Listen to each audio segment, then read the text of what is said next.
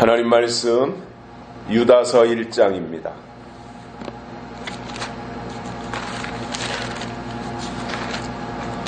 유다서 1장 17절에서부터 19절까지 유다서 1장 17절에서 19절까지 봉독해 드리겠습니다. 사랑하는 자들아, 너희는 우리 주 예수 그리스도의 사도들의 미리 한 말을 기억하라. 그들이 너희에게 말하기를 마지막 때에 자기의 경건치 않은 정욕대로 행하며 기롱하는 자들이 있으리라 하였나니, 이 사람들은 당을 짓는 자며 육에 속한 자며 성령은 없는 자니라. 아멘. 한 주간 동안 평안히 잘 지내셨습니까? 이제 날씨가 확 풀려가지고 봄 기운이 확연한 날씨를 어제부터 우리가 맞이하고 있습니다. 아마 동장군은 수명을 다하지 않았나. 물론 꽃샘추위도 있곤 하겠지만 그러한 이제 봄 소식을 희망을 가지고 기다려봅니다. 지금으로부터 한 24, 5년 전까지만 해도 예배를 드리기 위해 교회에 나오시는 분들은 필수로 성경책과 찬송가를 들고 오셨습니다. 남자들은 손에다가 들고, 여자들은 성경책 가방에다 담아가지고 예배 자리로 나오셨던 거지요. 그러던 것이 빔 프로젝트라고 하는 장비가 보급되면서 교회들마다 설치하기 시작했습니다.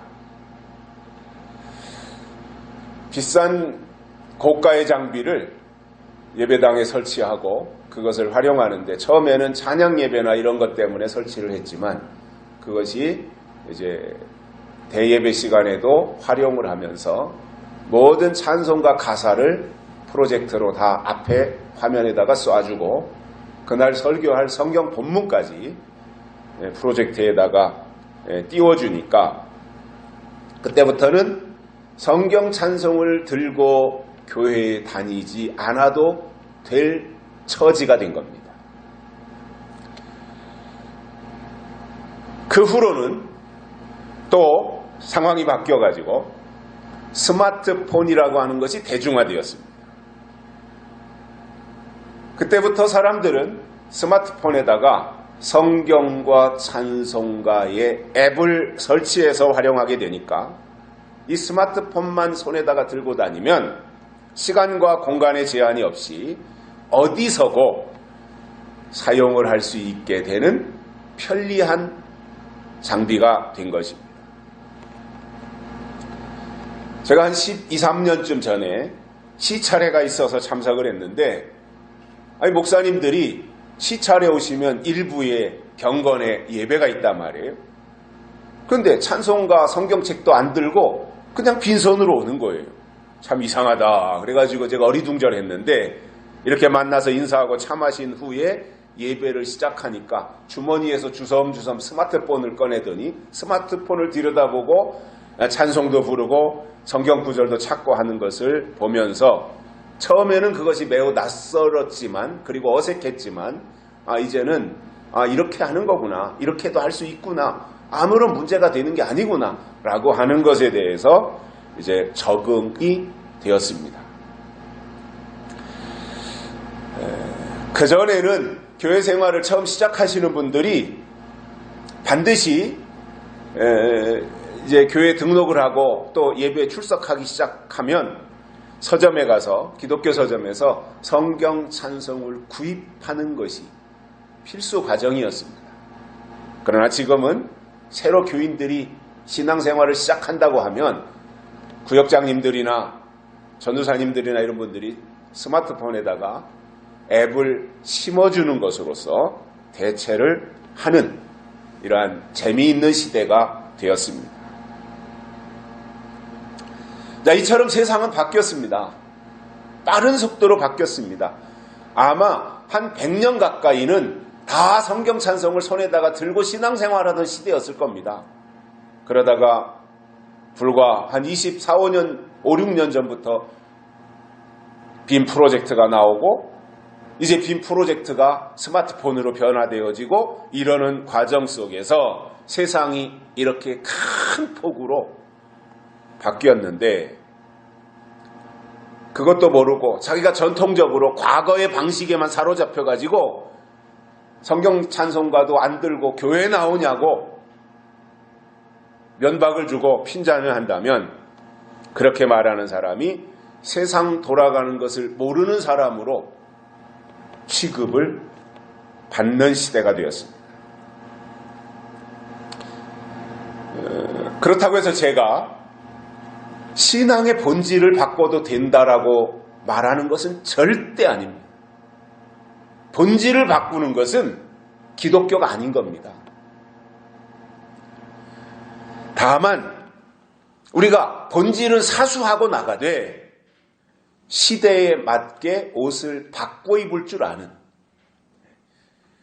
내용은 충실히 가지고 있대. 형태는 그때그때마다 바꿔 입을 줄 알아야 그 시대에 맞추어서 살아갈 수 있고, 지금 이 세상이 그러한 방향으로, 과거에는 뭐 과학이라든가 이런 첨단 장비라든가 이런 것들이 없을 때니까 오로지 성경책에 매달렸다면 지금은 이러한 첨단 시대를 우리가 살아가고 있기 때문에 그러한 것들을 활용하는 것은 도움이 된다. 제가 그 새벽에 큐티를 이제 해서 보내드리는데 저도 큐티 할 때 성경책 이렇게 펼치지 않습니다. 스마트폰 꺼내가지고 제가 스마트폰에 설치해 놓은 앱이 있거든요. 성경 앱. 거기 찾아서 제가 요즘에 잠언을 계속 하고 있으니까 잠언 성경 구절, 그 다음 순서에 성경 구절을 찾아서 성경 구절을 읽고 그리고 깨달은 것들을 한 8분에서 한 10분, 11분 요 정도 제가 요즘 간추려서 설명을 드리고 있거든요. 자, 이런 시대를 우리가 살아가고 있으니 바뀐 시대를 우리가 활용하고 또 거기에서 우리에게 가져다 주는 어떤 혜택들이 있잖아요. 편리함이라든가 이러한 것들을 우리가 누리면서 살아가는 지혜도 필요하겠다, 그러한 생각을 가지고 있습니다. 자, 여러분, 지금 들으면 참 우스운 얘기고 있을 수 없는 얘기라고 생각할 수 있는 것이 있는데 뭐냐면 오래전에 우리나라에 복음이 들어왔던 초창기 시대에 저 대구에서 그래도 보수적인 대구 지역이 신앙도 보수 지역이거든요. 그 지역에 이제 성가대를 예배 드리기 위해 성가대를 할 거 아니에요. 연습을 하는데 어느 분이 머리에 파마를 하고 온 거예요. 그땐 다 뭐 생머리를 하든가 뭐 따든가 묶든가 이렇게 하는 시대에 파마를 하고 오니까 교회가 발칵 뒤집힌 거예요. 그래가지고 불경하니까 성가대에 앉지 말라라. 그래가지고 성가대에서 제외시켰던 우스운 이야기도 있습니다. 지금 들으면 아무것도 아니잖아요. 머리 파마를 하든 뭐 스트레이트 파마를 하든 핑클 파마를 하든 그게 무슨 의미가 있습니까? 고데를 하든 생머리를 하든 묶든 따든 그게 무슨 본질하고 무슨 의미가 있냐는 거예요. 물론 단정해야 되고 우리가 이 거룩을 추구하는 사람들로서 모든 면에 이렇게 잘 갖추는 것은 필요하겠지만 그렇다고 해서 파마한 것이 대단한 무슨 변질된 것이 아님에도 불구하고 그때 당시에는 우리나라의 어떤 상황이나 문화가 그런 시대였기 때문에 새로운 것을 받아들일 만한 자세가 안 되었던 것입니다. 자, 한동안은요, 그것도 그렇게 오래된 이야기는 아닙니다. 목회자들이 가서 보링을 치잖아요. 그러면은 큰일 나는 일이었어요. 보링 치는 게 뭐 대단한 잘못이에요. 스포츠인데. 가서 핀을 세워놓고 볼을 굴려서 맞춰서 넘어뜨리는, 그러면서 딱 하고 넘어질 때 거기서 느껴지는 어떤 쾌감이나 이런 것들도 있잖아요. 그렇게 해서 스트레스도 해소하고 하는 그 건전한 요가이고 스포츠인데 그것도 잘못된 것으로 생각했던 적도 있었다라는 거예요. 그러니까 지금 만약에 그런 것들을 간섭한다면 아마도 흔히 하는 말로 노땅으로 취급받고 말 겁니다. 세상이 변했다는 이야기고요. 변한 세상은 거기에 맞춰서 살아가야 된다라는 거예요. 오히려 활용을 하자는 거예요. 과거 같으면 비대면 예배라고 하는 걸 상상이나 할 수 있었어요? 말이 안 되는 거잖아요. 예배는 다 모여서 같이 찬송도 부르고 기도도 하고 말씀도 듣고 교제도 하고 이렇게 하는 것이 공동체였다고 생각했지, 이렇게 비대면으로 예배를 한다라고 하는 것은 상상하지도 못했는데, 코로나를 통해서 또 다른 것들을 우리에게 지금 경험시키고 있는 이 세상을 살고 있습니다. 물론 저는 빨리 코로나가 끝나서 교회 예배는 과거처럼 정상화되어야 된다고 생각을 합니다. 그러나 이렇게 조금씩 뭔가 새로운 장비가 나타나고 과학의 산물로서 이런 그 좋은 유튜브라든가 이런 것들이 나오면 그러한 것들을 활용해서 우리의 신앙에 이롭게, 신앙에 유익하도록 활용하는 것은 얼마든지 가능한 일이지 않겠는가, 그렇게 생각을 하고 있어요. 그래서 신앙도 시대가 바뀌면 바뀐 시대에 맞게 생활해야 되고, 하나님이 시대를 바꾸셨으면 나도 빨리 바꾸어야 하나님 보실 때 합당한 신앙이 될 수 있다는 겁니다. 그래서 하나님은 바꾸셨는데 자기가 안 바꾸면 그 사람이 바리새인인 거예요. 하나님이 바꾸셨는데 나도 빨리 하나님의 뜻에 맞게 바꾸면 나는 하나님 보실 때 합당한 합법적인 신앙생활을 하게 된다라는 것이고, 그 방향으로 가는 게 옳다라는 겁니다. 괜히 모르는 사람들이 때도 모르고 법도 모르고 그냥 자기가 과거에 배웠던 옛날 지식 가지고 새로운 학문과 새로운 지식에 대해서, 새로운 신앙의 어떠한 추구하는 모델에 대해서 제한을 한다면, 제재를 한다면 그건 그 사람이 속된 말로 무지한 겁니다. 하나님은 우리가 제한 없이 하나님을 향해서 우리의 영성을 깨우고 우리의 심령이 밝아지고, 그리고 하나님의 더 큰 뜻을 우리가 받아들이도록 우리의 지혜를 폭넓게 이끌고 계시다는 거예요. 그런데 우리가 제한시킨다면, 우리가 하나님을 제한시킨다면 그 사람만 우물 안에 개구리가 되는 거잖아요. 그래서 하나님은 크신 하나님이고 우주적인 하나님이신데, 내가 우물 안에 개구리처럼 내 틀에 자기 생각, 자기 사고방식 속에 갇혀서 자기 생각으로 하나님을 제한시킨다면 그는 신앙이 더 이상 발전하지 못하는 거예요. 자, 오늘 말씀에서 유다는 미리 한 말을 기억하라 이렇게 말씀하고 있어요. 미리 한 말을 기억하라. 여기서 미리 한 말은 예언이지요. 예언. 미리 말한 거니까요. 예언이에요. 그리고 기억해야 할 말은 마지막 때가 되면 자기의 경건치 않은 정욕대로 행하며 기롱하는 자들이 있을 것이다 라는 이 말을 기억하라는 겁니다. 기롱하는 자들이 있다는 거예요. 자기 생각대로, 자기 방식대로, 자기 경험대로 제한시키면서 기롱하는 자들이 나타난다라는 겁니다. 그렇다면 기롱하는 자들이 누구냐라는 거죠. 기롱하는 자들이 누구인지 알아야 되잖아요. 기롱하는 자들은 세상에 있는 사람들이 아니라 교회 안에 있는 자들이고, 교회 안에서도 영향력을 가지고 있으니까 기롱하는 거잖아요. 그런데 기롱한다는 말 자체가 거듭나지 않았다는 증거예요. 하나님의 영이 없는 거예요. 마치 초대교회 때 바리새인들처럼 새 법을 모르고 옛 법에 함몰되어서 그것만 고수하려는 사람들이 자기 지식을 가지고 자기 경험을 가지고 새로운 하나님의 뜻을 제재하고 있다는 겁니다.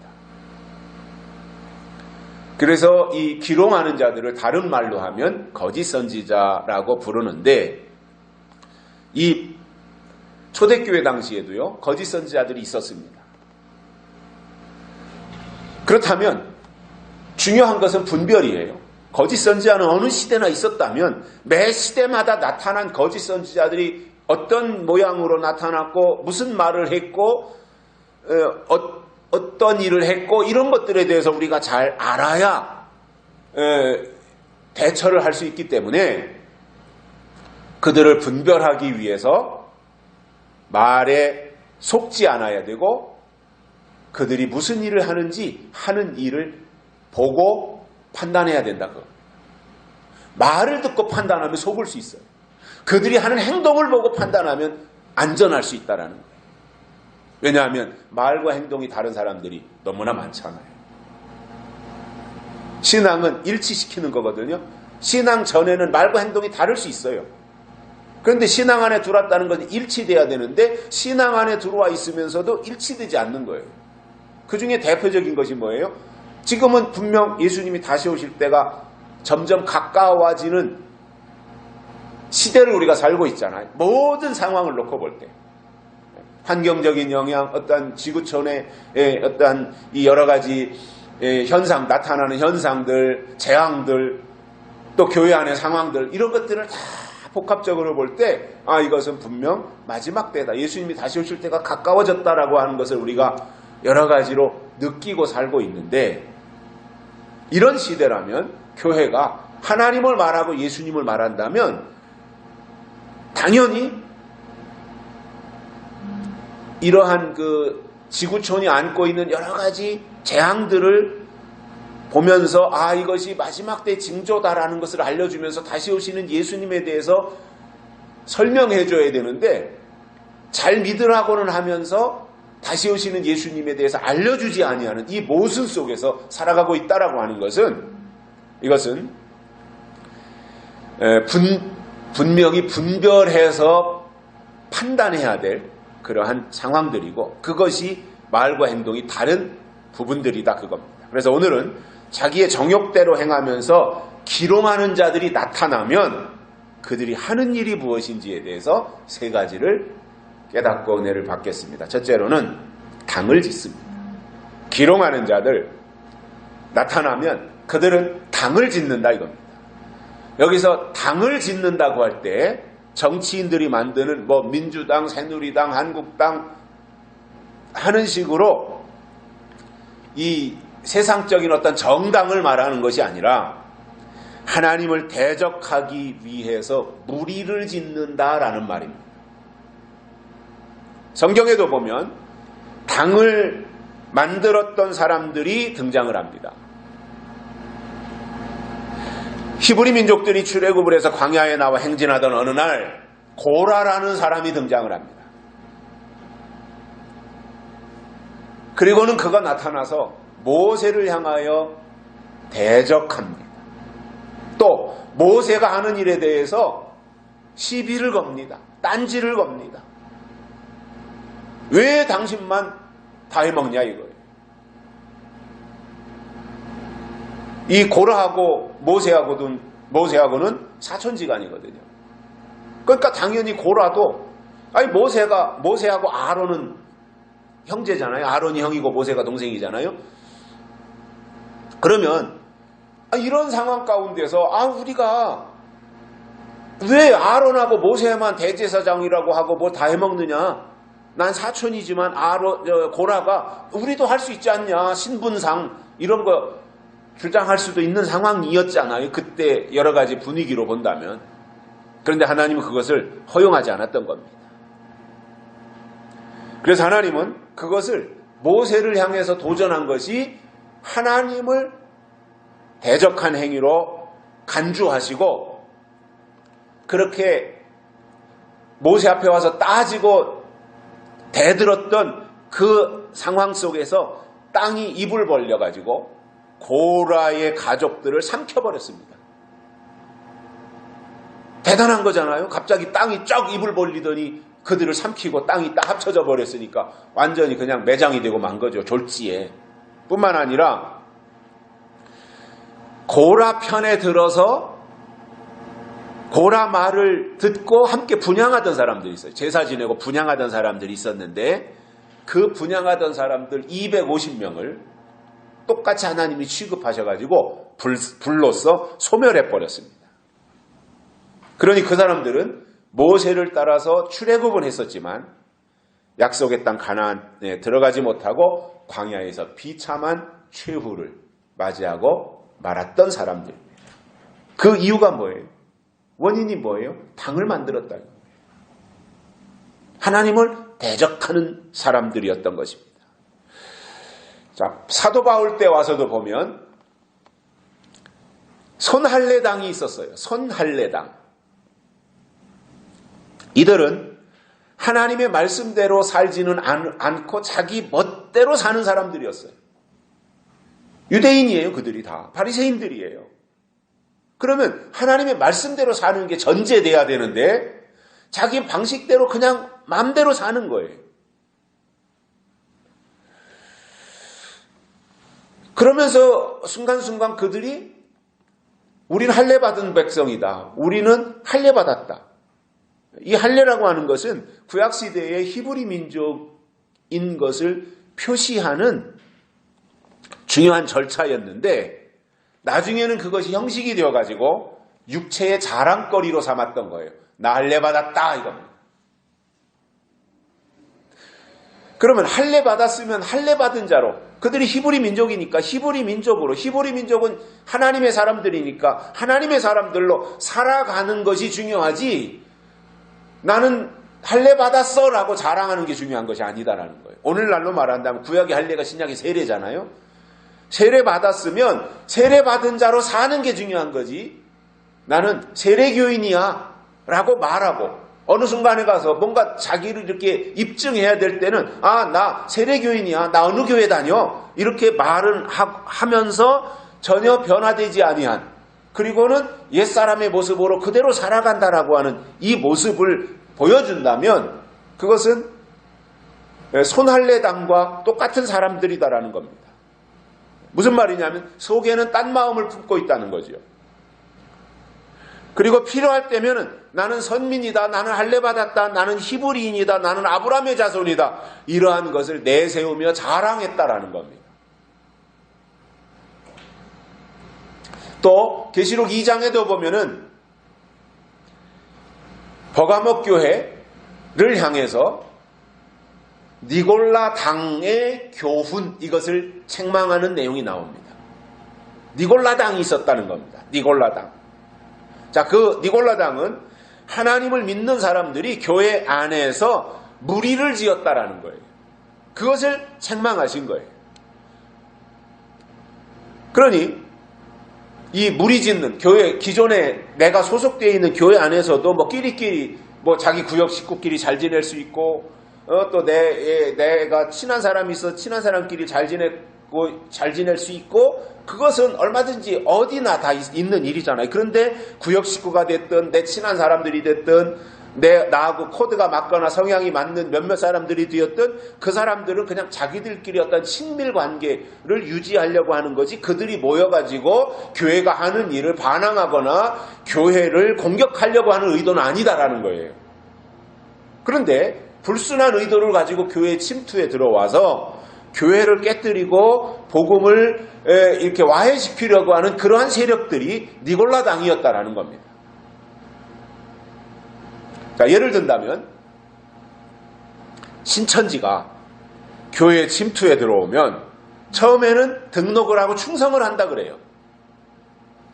그런데 그들이 교회에 들어올 때 그 교회의 모든 교리나 그 교회의 신앙관이나 그 교회의 가르침에 내가 순종하면서 거기에서 내가 신앙생활을 하려고 들어오면 그것은 좋은 건데 그 교회에 들어오는 목적 자체가 잘못된 거예요.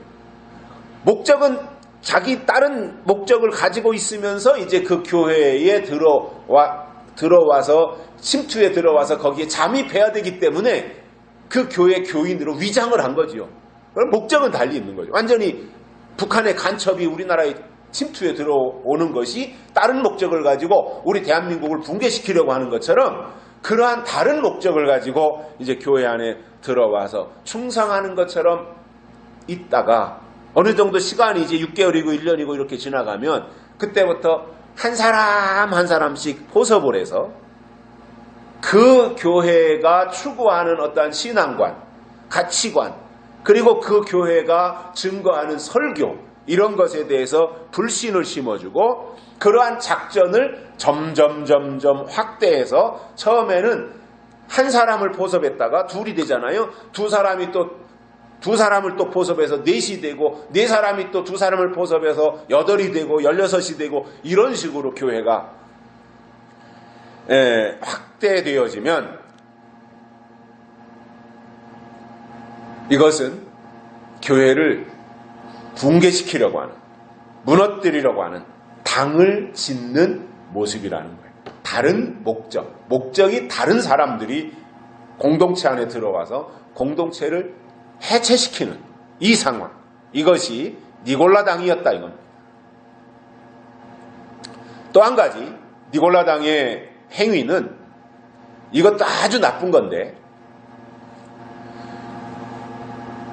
다른 사람들을 지배하기 위해서 스스로를 나는 특별한 사람이다 라고 이렇게 포장해서 그들 위에 군림하려는 교회 안의 계급을 말합니다. 자, 구약에는 계급이 있었어요. 레위인도 있었고 바리새인들도 있었고 유다지파도 있었고, 뭔가 이렇게 특별한, 하나님 앞에 특별하게 쓰임받았던 사람들이 지속적으로 그 혜택을 입는 사람들이 있었습니다. 그러나 신약에 와서 예수님이 십자가에 달려 돌아가실 때 성막 휘장이 찢어졌잖아요. 그러므로 인해서 예수님이 십자가에 달려 죽으심으로 구약의 모든 율법에 속한 것들이 폐지되고 완성된 거예요. 그렇다면 구약의 성전 안에 있었던 제사장이 있었고 말이죠. 레위지파가 있었고, 이러한 것들은 이제 예수님이 오심으로 다 끝났고 예수님으로 인하여 새로운 시스템이 만들어진 거죠. 새로운 제도가 만들어진 거죠. 그렇다면 신약교회는 구약으로 가면 안 되고 예수님이 보여주신 십자가의 사랑이라고 하는 것, 이것을 교회 안에서 실천해서 보여주어야 되는 것이 교회의 본 모습이라는 거예요. 그런데 교회 안에 새로운 계급을 만든다는 겁니다. 소위 말하는 성직자와 평신도라고 하는 이 제도가 생기게 되는데, 목사는 나는 주의 종이라고 해서 특별하게 생각하도록 만들고, 평신도는 예배에 참석이나 하고 헌금이나 바치라는 식의 태도가 바로 니골라당의 교훈이라는 거예요. 하나님은 점점 평등을 주셨어요. 교회 안에 평등을 주신 거예요. 다만 교회 안에 목사가 있고 장로가 있고 집사가 있고 권사가 있고 이러한 것은 직분인 거예요. 그러니까 역할의 차이가 있을 뿐이지 그것이 계급은 아니라는 거예요. 역할이에요, 역할. 목사나 장로는 당회원으로서 교회를 이렇게 잘 유지하고 성결을 지키기 위해서 당회가 튼튼히 서서 성도들의 신앙이 잘 유지되도록 관리하는 이것이 당회의 역할이잖아요.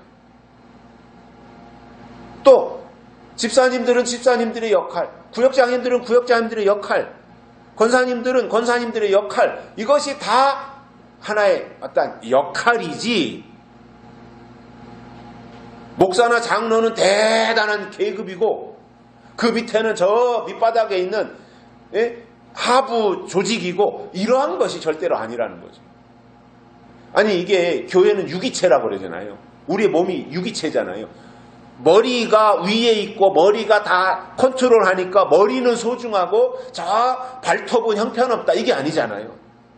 유기적인 관계로 다 연결돼 있어서 머리도 소중하고 입도 소중하지만 먹는 입도 소중하지만 먹은 것을 소화시키는 위장도 대장도 다 중요하고 그것을 다시 밖으로 내보내는 항문도 얼마나 중요합니까? 먹는 입만 중요하고 내보내는 항문은 중요하지 않은 게 아니잖아요. 생각하는 머리는 중요하고 발꼬락내 나는 발은 중요하지 않은 게 아니잖아요. 이거는 유기적인 관계가 아닌 거지요. 그러나 이게 다 중요한 거예요. 역할이 다른 거죠. 발바닥이 하는 역할이 있을 것이고 위장이 하는 역할이 있을 것이고 심장이 하는 역할이 있을 것이고 눈이 하는 역할, 귀가 하는 역할 다 역할, 따로따로의 역할들이 모여서 하나의 몸을 이루는 유기적 관계가 되듯이 교회가 그렇다는 겁니다. 그리스도의 몸을 이루는 모든 믿는 자들은 그리스도의 몸을 구성하는 유기적 관계라는 거예요. 물론 거기에는 쬐깐한 나사 역할을 하는 사람도 있을 것이고 별로 표시도 안 나는 어떤 저 밑에 이렇게 숨겨져 있는 어떠한 역할을 하는 사람도 있을 것이고 또 두드러지게 드러나는 얼굴과 같은 역할을 하는 사람도 있을 수 있어요. 그러나 그것이 계급은 아니라는 거죠.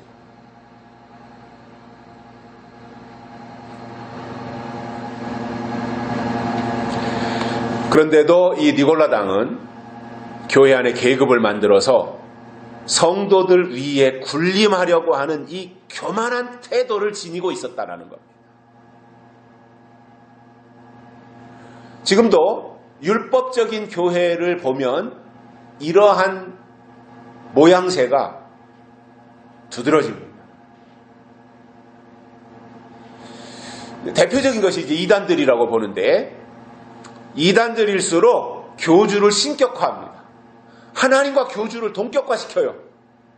자기네 교주를 신격화해가지고 떠받드니까 그 사람은 거드름을 피우고 거만을 피워요. 그리고 그 앞에 가서 굽신거려요. 이게 얼마나 우스꽝스러운 모습입니까? 하나님은 평등하게 만들어주셨는데 남자와 여자가 평등하고 교회 안에서도 다 평등한데 그 앞에 가서 굽신거리고 한다라고 하는 이것이 모순이고 비정상이라는 말입니다. 물론 이제 이렇게 되면 절대로 안 될 일이긴 하지만 만약에 하나님의 약속을 전하고 하나님의 하실 일을 빨리빨리 올바로 알려주기 위해서 그래도 이렇게 좀 교회를 조직화해가지고 거기에 뭐 순장을 세우든 구역장을 세우든 하나의 어떤 질서를 만들고 조직을 만들어가지고 거기에다 어떤 일감을 부여하고 기도의 제목을 부여해서 그것을 통해서 교회가 이렇게 잘 든든히 세워지고 하나님의 뜻을 이루는 그 일로 나간다면 그래도 뭔가 이렇게 군림하는 자세가 그래도 그래 하나님의 일을 하기 위한 효과적인 거니까 라고 점수를 줄 수 있겠지만 인권을 유린한다든가 자유를 말살한다든가 그래서 신자들을 종처럼 만들어서 군림한다면 하나님은 진노하시고 그들을 심판하실 것이니 회개하고 돌아서라고 하는 것을 버가모 교회를 향해서 말씀하셨다라는 거예요. 여러분 성경이 말씀하고 있는 신앙이라고 하는 것은 비진리나 변질된 복음에 대해서는 단호하게 대처를 하되 진리에 대해서만큼은 믿고 따르며 신뢰하는 자세를 가져야 된다는 겁니다. 그러나 마지막 때 나타나는 이 기롱하는 자들을 보면 자기의 정욕대로 행하면서 당을 짓는 것이고 이들이 심판의 대상이 될 것이기 때문에 이처럼 겉과 속이 다른 사람들을 삼가해야 된다 이렇게 말씀하고 있습니다. 두 번째로는 육에 속했습니다. 기롱하는 자들은 육에 속한 자들입니다. 믿음은 육에 속해서 살아가던 사람들이 어떤 계기를 통해서 하나님 앞에 나와 제대로 된 신앙생활을 통해서 말씀을 들으면서 영에 속한 자로 소속이 바뀌고 신분이 바뀌는 거예요. 육에 속해서 살던 사람이 영에 속한 사람으로 변화되는 거예요. 이게 신앙인 거예요. 그러면 영에 속했다는 것은 뭐예요? 하나님은 영이시잖아요. 그래서 영에 속했다는 말은 내가 하나님께 소속이 되었다 그 말인 거예요. 그러면 내가 하나님께 소속이 되었다라고 한다면 내가 말로만 나 하나님께 소속이 되었어 이렇게 해놓고 전혀 그것이 행동이 뒷받침이 되지 아니한다면 그것은 그냥 말로만 떠벌리는 것이 될 것이고, 결국 내가 하나님께 속했다, 나 이제 영에 속한 사람이다 라고 한다면 그 증거가 있어야 되잖아요. 말도 물론 고백도 해야 되지만 증거가 더 중요한데, 그게 뭐냐면 성경을 통해서 하나님의 뜻을 알고 하나님의 법과 하나님의 계획과 하나님의 의도를 파악해서 그 방향으로 나아가는 것이 영에 속한 사람의 증거라는 말입니다. 하나님은 사람들이 땅에서 살지만 하나님의 뜻을 깨닫고 생각이 바뀌며 안목이 달라져서 하나님의 사람으로 살기를 원하신다라는 겁니다. 그런데 오늘날 많은 사람들을 보면 교회는 다닌다고 하는데 주일날 예배에 참석은 하는데 영이 뭔지 육이 뭔지를 모르고 있으니 그런 사람들의 신앙이 성장하겠냐는 거예요. 성장 안 하는데 하나님이 그들을 쓰시겠냐는 거예요. 여러분, 육에 속한 사람들의 특징이 있습니다. 그게 뭐냐면 땅의 것을 위해서 살면서 관심이 땅의 것이고 목적과 목표도 오직 땅의 것을 위해서 살면서 땅의 소리에 매우 민감하다라는 겁니다. 물론 세상 사람들이 이렇게 산다면 그들은 하나님을 모르니까 그렇게 살 수 있다라고 생각할 수 있지만, 신앙인이라고 자처하면서 나는 교회에서 이런 직분을 가지고 있다, 난 몇 년짜리 지금 신앙인, 신앙생활 난 몇 년 차다, 짬밥이 이만큼 나 있다, 이렇게 자처하면서 그의 어떤 삶의 가치 또는 신앙의 가치가 땅의 것이고 세상 것을 위해서 산다면 그는 육에 속한 사람이라고 하는 증거인 것입니다. 창세기 1장에 보시면 하나님은 사람을 만드실 때에 하나님의 형상과 모양대로 지으셨고 보시기에 심히 좋았더라 이렇게 말씀하고 있습니다. 그러나 얼마 지나지 않아서 어느 날 뱀이 등장을 해가지고 뱀이 아니야, 선악과는 좋은 거야, 선악과 먹으면 너는 눈이 밝아져, 선악과 먹으면 너는 하나님처럼 될 수 있어, 이렇게 하는 말에 솔깃해서 선악과를 먹은 후에 하나님의 형상을 상실했고, 그리고 에덴 동산에서도 쫓겨나서 그야말로 이제 육이 된 거죠. 육. 그동안에는 하나님의 형상대로 지음받아 영적인 삶을 살다가 쫓겨나서 육에 속한 자가 되어서 땅에서 나는 것을 먹어야 되고, 그렇게 아담과 하와를 유혹했던 뱀을 향해서는 하나님이 너는 배로 다녀라, 흙을 먹어라, 이렇게 말씀하시며 저주하셨던 겁니다. 자, 그래서 이 땅에 속한 것의 대표적인 동물이 뱀인데, 이 뱀의 계통이 구약의 선지서나 신약의 편지서에서도 거짓 선지자로 등장을 하더라는 거예요. 이게 뱀의 계통이더라는 거예요. 그리고 계시록에서는 용으로 설명을 하는데 이것이 다 육에 속한 자들이고 거짓 선지자들이라는 거예요. 그런데 에덴 동산에서의 뱀이 마지막 예수님이 다시 오실 때 용이 되어서 미혹을 한다면, 뱀의 미혹이 용의 미혹으로 이렇게 엄청 커졌다면 마지막 시대를 살고 있는 신앙인들의 영성이 얼마나 더 커져야 되겠습니까? 뱀을 상대했던 아담과 하와가 뱀을 이기지 못했는데 아담과 하와의 영성으로 어떻게 용을 대적할 수 있겠습니까? 그러니까 용을 능가할 정도로 우리가 더 큰 영성이 있어야 용을 상대하고 용을 물리칠 수 있는 실력을 가질 수 있다라는 거예요. 자, 이 육에 속한 자들에 대해서 사도 바울은 빌립보서 3장에서 보면은 이렇게 말씀합니다. 저의 마침은 멸망이요, 저희의 신은 배요, 그 영광은 저희의 부끄러움에 있고 땅의 일을 생각하는 자라, 이렇게 말씀했습니다. 육에 속한 자들은 땅의 일을 생각하는 자라 이거예요. 관심이 오직 땅의 것에 있어요.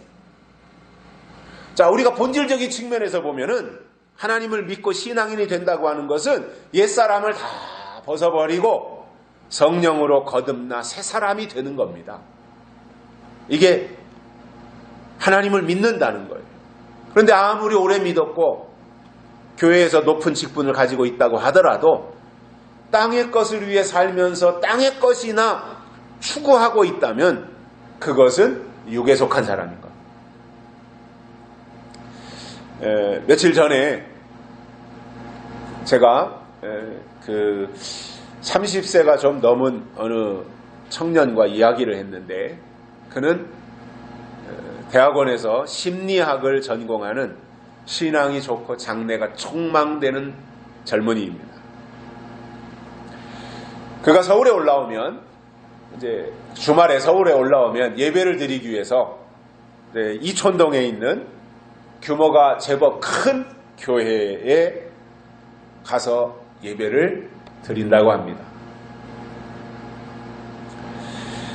자, 예배가 끝나면 거기가 이제 자기는 객지니까 오갈 데가 없으니까 뭐 차례도 마신다든가 뭐 점심 끼니라도 이제 해결하기 위해서 교회 근처에 이제 여러 카페들이 있대요. 차를 팔고 커피도 팔고 하는 카페가 있기 때문에 거기에 들어가면 거기에 이제 이미 예배를 마치고 나온 교인들이 뭐 2부 예배 드린 사람도 있을 것이고요. 뭐 1부 예배 참석하고 아직도 남아있는 사람들이 있을 것이고, 거기에 모여서 다 이제 교회에 예배 드리고 나온 사람들인데, 그 사람들이 335 앉아가지고 그들이 이야기를 주고받는데 그 청년이 옆에서 다 들은 거예요. 무슨 얘기를 하냐. 한결같이 예배 드리고 나와가지고 부동산 올라가는 얘기, 아파트값 상승하는 얘기, 주식 얘기, 이런 얘기만 하고 있더라 이거예요.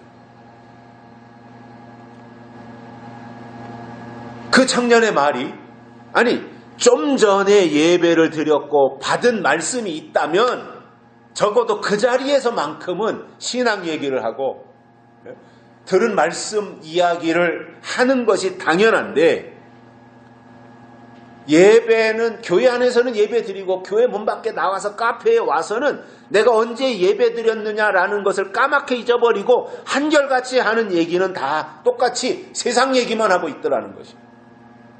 누가 무슨 차 사고 제네시스 탔는데 되게 좋더라고 하고, 그것에 본인은 굉장히 실망스러웠다라는 고백을 들었습니다. 저는 그런 이야기를 들으면서, 저는 요즘에 서울에 가서 예배 참석해 본 지가 한참 됐기 때문에 잘 모르지만, 그 청년의 말을 들으면서, 아, 이것이 현재 한국교회 실정이구나, 실상이구나. 이것이 한국교회의 현주소구나.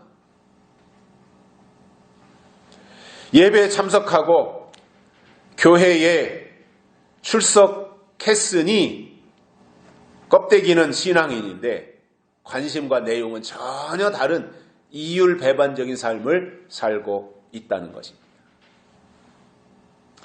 이렇게 된 원인이야 여러 가지로 있기 때문에 꼭 집어서 이게 원인이다 이렇게 말하기는 쉽지 않겠지만, 그럼에도 저는 그렇게 된 첫 번째 책임은 설교자들에게 있다 이렇게 봅니다. 그런 식의 설교를 주입했기 때문에 그 생각에서 벗어나지 못한 거예요.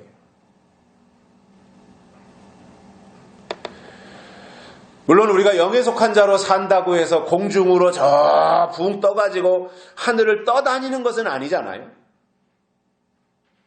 똑같이 육에 속한 사람이나 영에 속한 사람이나 땅에다가 발을 디디고 땅에서 먹고 땅에서 자고 땅에서 나는 것을 먹고 땅에서 일하고 땅에서 직장생활하고 이러한 것은 맞지만, 생각과 마음이 그리고 관심이 하나님께 가 있어야 하는데, 믿음이라고 하는 것은 점점 형식이고 말뿐이며 실제로는 땅의 것을 위해서 살고 있으니 뱀의 유혹에 넘어가는 것은 물론이거니와 용에게 사로잡히고 말 것이다 그 말입니다. 어떻게 이겨내겠어요? 무엇으로 이겨내겠어요? 그 속에 들어있는 지식이 없는데 무엇으로 이겨내겠어요? 그 속에 하나님의 영이 없는데 무엇으로 용을 대적하고 물리치고 뿌리쳐낼 수 있겠습니까? 그래서 신앙인들에게 영이 없다고 하는 것은 가장 비참한 상황입니다. 세 번째로는 성령이 없는 자다 이렇게 말씀하고 있습니다. 기롱하는 자들 속에는 성령이 없다 이 말입니다. 자, 성령은 하나님이 보내신 영입니다. 하나님의 영입니다. 그러나 성령이 오시기 전에 먼저 하나님은 예수님, 독생자 예수님을 이 땅에 보내주셨고 그래서 예수님을 통해서 천국 복음을 증거하시면서 하나님의 나라를 소개했고 하나님이 누구신지에 대해서 알려주셨어요. 이게 예수님이 이 땅에 오셔서 하신 일이에요. 그리고는 십자가에 달려서 돌아가셨지만 3일 만에 부활하셨습니다. 그 후로 40일 동안 제자들과 함께 계시다가 어느 날 이제 승천하시기 직전에 제자들을 다 불러다 놓고 예루살렘을 떠나지 말고 내가 너희에게 약속한 것을 기다리라는 말씀을 남기시고 하늘로 올라가셨습니다. 승천하신 거죠. 그 모습이 너무나도 그냥 황홀해가지고 예수님은 저 이제 들려 올라가서 구름이 가리워서 보이지 않게 되었는데도 제자들이 멍하니 하늘만 바라보고 있으니까 그때 천사가 나타나가지고 그들을 향해서 어찌하여 하늘만 쳐다보고 있느냐? 예수님은 가심을 본 그대로 오시리라 이렇게 천사가 설명하니까 그 말을 듣고는 이제 정신을 가다듬고 마가다락방으로 올라갔던 겁니다.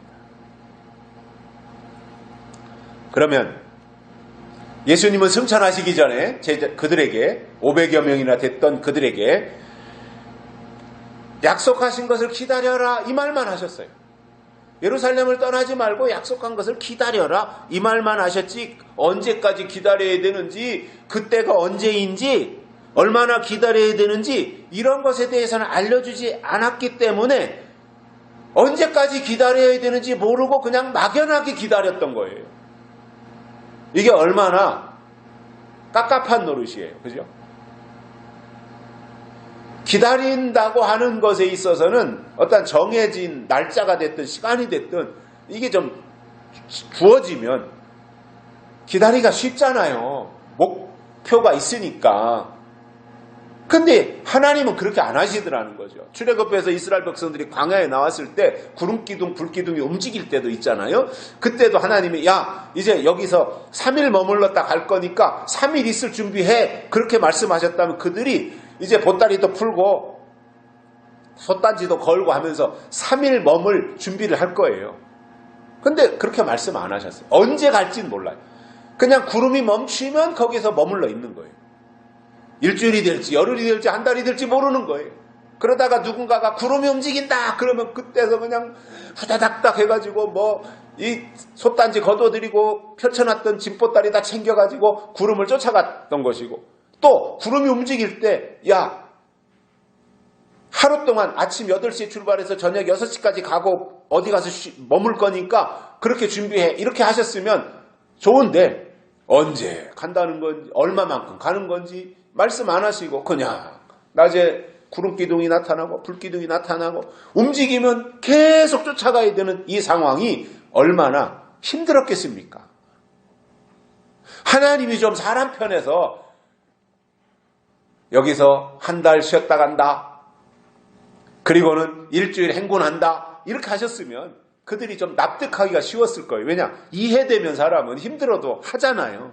근데 전혀 앞이 안 보이는 거야. 깜깜한 거예요. 얼마나 가야 되는지, 언제까지 가야 되는지, 언제까지 여기서 머물러 있어야 되는지. 그런데 한 3, 4일 지나도 구름이 안 움직이고 그냥 있으면 여기 오래 있을라나 보다 하고 뭔가 이렇게 화장실도 만들고 보따리도 풀고 솥단지도 걸면 그때 또 구름이 움직인단 말이에요. 그러면 설치하던 것을 다 멈추고 다시 철수해서 쫓아가야 되고 이게 계속 반복되다 보니까 짜증 날만도 하고 불평 날만도 했던 거예요. 근데 하나님은 그 상태를 보시는 거예요. 마가다락방도 저는 똑같다고 보거든요. 그들이 정말 하나님의 약속을 가지고 마가다락방에 올라갔을 때 언제까지 기다려야 되는지는 몰라요. 다만 예루살렘을 떠나지 말고 약속하신 것을 기다리라고 했으니 그냥 막연하게 기다리던 중에 그들은 언제까지인지는 모르지만 하나님의 시간은 있잖아요. 하나님 편에서 정해놓은 하나님의 시간은 있단 말이에요. 그러나 하나님의 시간을 사람은 몰라요. 알려주지 않으셨어요. 그냥 기다렸던 거예요. 이게 믿음이었다라는 거예요. 그런데 이루어지고 보니까 마가다락방에 올라가서 기다린 시간은 불과 열흘밖에 안 됐던 거예요. 그런데 열흘을 못 기다리고 380명 정도는 돌아가 버렸고 마가다락방에 남아있는 사람들이 120명이었던 거지요. 그들에게 하나님은 약속한 성령을 보내주셨던 겁니다. 중요한 것은 내 시간이 아니라 하나님의 시간이 중요하다 그겁니다. 그리고 그 성령이 오셔서 교회를 세우신 거예요. 초대교회를 세우신 거예요. 그래서 교회가 할 일은 뭐냐면 성령이 오셔서 교회를 세우셨으니 교회는 성령을 받아가지고 예수님을 증거하는 역할을 하는 겁니다. 그래서 성령을 보내주신 거예요. 예수님을 증거하도록 하기 위해서 보내주신 것이 성령이었던 거지요. 그런데 이 성령이 무엇이냐 하면 하나님의 영이신 것은 맞는데 이 성령에 대해서 사도 요한이 요한일서 5장 7절에서 말씀하는 것을 보면은 증거하는 것은 성령이니 성령은 곧 진리니라 이렇게 말씀하셨다는 거예요. 그래서 성령은 진리라는 거예요. 그럼 진리가 뭐냐? 진리는 예수님이에요. 예수님이 누구시냐? 예수님은 하나님이세요. 하나님이 누구시냐? 하나님은 말씀이세요. 말씀이 뭐냐? 말씀은 진리예요. 이런 순서를 알면 성령은 과거에 좀 여러 가지 지식이 좀 없을 때 그리고 사람들에게 뭔가 하나님이 살아계심을 현장에서 입증하기 위해서 보여주셨던 은사라는 거 있잖아요. 교회 안에서 은혜시대 은사 집회하면 나타났던 은사. 그러니까 하나님의 성령은 진리니라 라고 하는 것을 통해서 우리가 성령은 진리구나. 진리가 성령이구나 하는 이 본질, 그 핵심을 알면은 성령은 펄펄 뛰면서 방언하고 은사를 받는 정도가 성령이 아니라 그것은 성령의 다양한 역사의 한 부분일 뿐이고 성령의 핵심은 진리이신 하나님의 말씀을 받는 것인데 성령이 없으니 결국 하나님이 없는 자들이 되고 만다는 겁니다. 그래서 신앙인들에게 있어서 중요한 것은 내가 소속을 두고 신앙생활하는 교회의 설교자에게 성령이 있느냐 없느냐, 진리가 있느냐 없느냐 이것을 분별하셔야 됩니다. 그게 자기를 관리하고 자기가 사는 길이에요. 누구를 평가하고 누구를 판단하고 옳으냐 그르냐 좋으냐 싫으냐 이거 하라는 게 아닙니다. 지난주에도 말씀을 드린 것처럼 영들이 하나님께 속하였나 시험하라 그랬잖아요.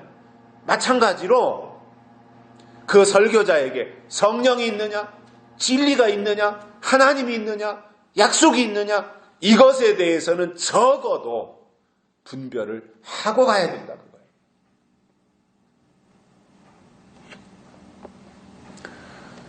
아브라함을 통해서 우리가 알 수 있는 것이 있습니다.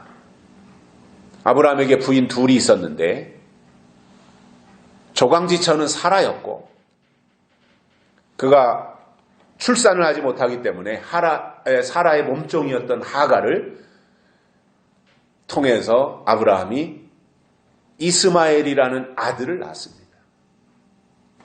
그러면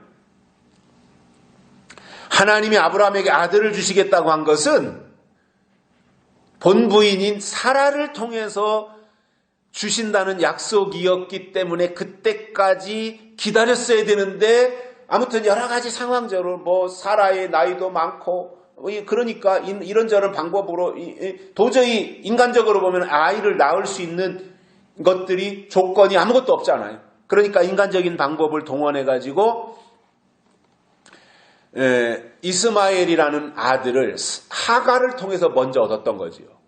법적으로는 이스마엘이 아브라함의 아들인 것은 맞아요. 그러나 문제는 약속으로 낳은 아들이 아니었기 때문에 후에 사라를 통해서 이삭이 태어났고 그가 약속의 자녀라서 하나님의 상속자가 되었다, 그 말입니다. 여러분, 제가 왜 이 말씀을 드리냐면 하나님이 주신 신앙은 육적으로 이스마엘이 되라는 것이 아니라 영적으로 이삭이 되라는 거예요.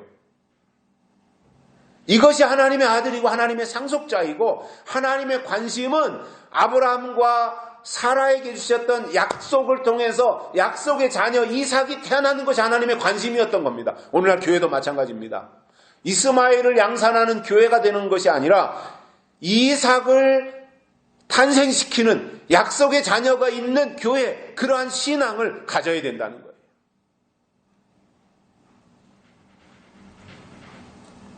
하나님의 관심은 숫자에 있지 않습니다. 규모가 얼마나 크냐 적으냐, 이것도 하나님의 관심사는 아닙니다. 하나님의 관심은 한 가지입니다. 그 교회 안에 하나님의 약속이 있느냐 없느냐, 이겁니다. 그 설교자에게 하나님의 약속이 있느냐 없느냐, 이겁니다. 다른 것은 다 부수적인 겁니다. 다른 것은 있으면 있는 대로 그냥 그걸 활용하는 거예요. 없으면 없는 대로 그냥 갈 수 있는 거예요. 그러나 본질은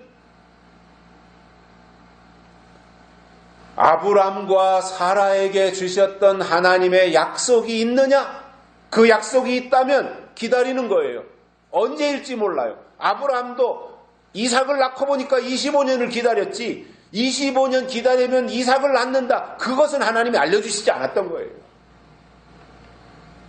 여러분, 우리가 하나님의 정말 약속의 신앙, 약속의 말씀을 받아가지고 간다면 우리는 언제까지라는 이 날짜에 매일 것이 아니라 그 약속이 이루어질 때까지 참고 기다리며 가는 이것이 하나님이 보실 때 믿음으로 인정하신다고 말이에요.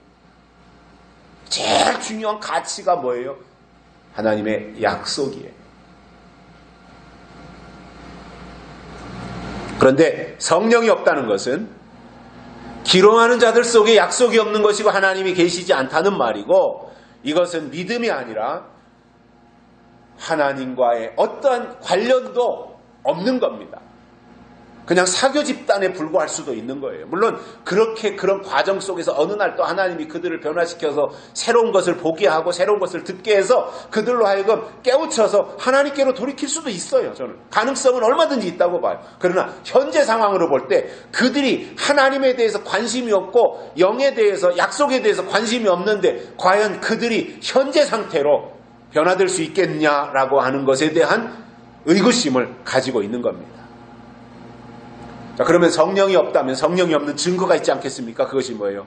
때와 법을 모르기 때문에 될 일과 하실 일, 즉 설교에 예언의 말씀이 조금도 포함되지 않고 땅의 소리, 땅의 소식, 땅의 말, 세상의 육신의 것, 이러한 것에 대해서만 말한다면 그것이 바로 성령이 없다는 증거라는 말입니다. 결론으로 기롱한다고 하는 것은 실없는 말로 놀린다는 뜻이에요. 너 나 기롱하냐? 나 기만하냐? 실없는 말로, 본심은 아니고 그냥 그때그때 맞춰서 실없는 말로 놀린다는 뜻인데, 다시 말하면 이것은, 기롱한다는 말은 뭐냐면 하나님께로 가려는 사람들의 영혼을 가지고 장난질 치고 있다, 그겁니다. 이들이 거짓 선지자. 열매를 보면 나무를 알 수 있는 것처럼 기롱하는 자들이 무슨 일을 하는지 그 하는 일을 보면 진짜인지 가짜인지를 알 수 있기 때문에 그가 지금 당을 짓는지 아니면 육에 속한 자인지 아니면 성령이 없는 자인지 이것을 잘 분별해서 하나님의 뜻을 지키고 이루어 드릴 수 있는 분별의 전문가들이 되시기를 주의 이름으로 축복합니다. 살아계신 하나님 아버지 감사합니다. 오늘도 불러주시고 말씀을 들었사오니 하나님의 영이 이 시간 이 자리에 하감하셔서 우리의 생각을 붙잡아 주시고 우리 속에 하나님의 영으로 충전해 주시어서 하나님의 사람으로 영적인 사람으로 약속의 사람으로 살아가기에 조금 더 부족함이 없도록 우리를 오늘 또 우리의 믿음을 우리의 영성을 한 단계 더 끌어올려 주시옵소서. 다시 오실 예수님의 이름으로 간절히 기도드리옵나이다. 아멘. 찬송가 197장 부르시면서 헌금 드리시겠습니다.